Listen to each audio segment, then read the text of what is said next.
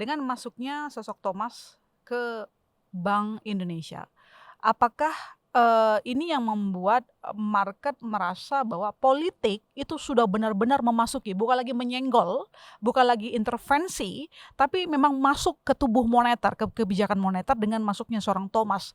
Kalau kita lihat kemarin dalam penutupan perdagangan, pasca terpilihnya dia sebagai deputi gubernur BI, itu pasar saham melemah. Sementara rupiah mungkin per tanggal saat ini ya, saat pembukaan 27 Januari menguat. Tapi tampaknya saya nggak tahu ya, kita sama-sama tahu penguatan itu apakah benar respon positif market atau justru ada campur tangan Bank Indonesia untuk melakukan intervensi menjaga nilai tukar rupiah. Ya begini, kalau kita menggunakan alasan nilai tukar rupiah, kemudian menggunakan alasan indeks harga saham gabungan, alasan-alasan itu dengan mudah di-counter. Karena Oke. kemudian untuk memanipulasi harga melalui berbagai intervensi itu sangat mudah. Oke. Jadi kemudian dengan alasan yang sama, pihak lain bisa menjelaskan, oh ini diterima oleh market, harga saham naik, rupiah menguat, atau paling tidak turun. Jadi di saat pasar uang, di saat pasar modal itu gampang diintervensi, logika itu sulit untuk dipertahankan. Nah, kalau saya melihat yang paling penting adalah midterm ke depan, setengah tahun ke depan, apa kebijakan BI dan bagaimana respon pasar, impact kepada rupiah seperti apa. Kita mengintervensi rupiah sehari, 2 hari, seminggu bisa. Tetapi kalau intervensi dilakukan sebulan, 2 bulan, 3 bulan, 4 bulan, setengah tahun, 1 tahun, itu tidak mungkin.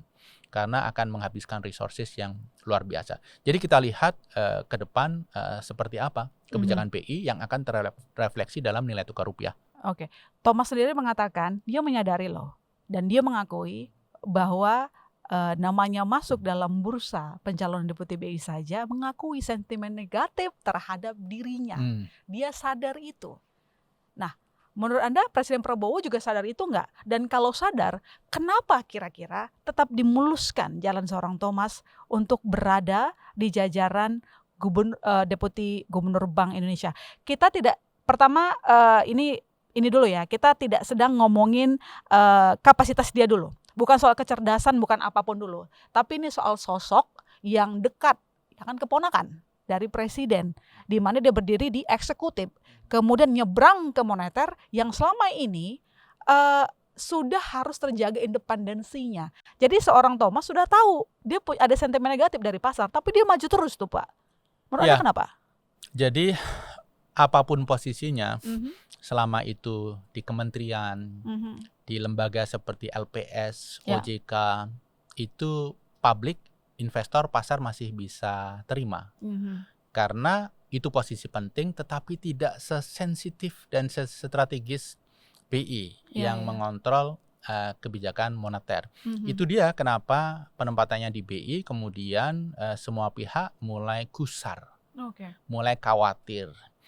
Nah, bagaimana dengan pandangan Pak Thomas bahwa dia merasa ada sentimen negatif terhadap dirinya? Itu sesuatu yang positif. Tetapi yang paling penting kan kemudian respon atas perasaan itu. Apakah menerima atau menolak posisi yang ditawarkan. Dia punya luxury untuk memutuskan. Bagaimana dengan Pak Prabowo? Saya khawatir. Seperti dalam banyak hal, beliau itu tidak terinformasikan informasi-informasi akurat yang sedang terjadi. Sampai sekarang saya itu tidak yakin bahwa beliau mengetahui betul situasi keuangan kita. Bahwa kita betul-betul nggak punya duit. Bahwa fiskal kita tahun 2025 kemarin, defisit bisa ditekan di 2,92% PDB, itu melalui berbagai akrobat fiskal yang luar biasa. Yang ujung-ujungnya menunjukkan kita tidak punya duit sama sekali. Karena ada begitu banyak kebijakan Pak Prabowo yang masih mengesankan. Seolah-olah kita itu punya uang yang tidak terbatas. Jadi Pak Thomas paham situasi, itu bagus. Kalau Pak Prabowo, saya tidak yakin beliau terupdate dengan situasi yang sesungguhnya. Nah, bagi Pak Thomas pilihannya adalah seharusnya menolak atau menerima. Kalau menerima, ya harusnya beliau lebih mawas diri.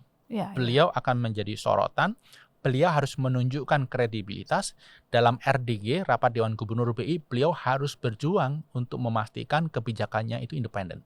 Karena kalau ada bias, maka dia yang akan selalu disalahkan.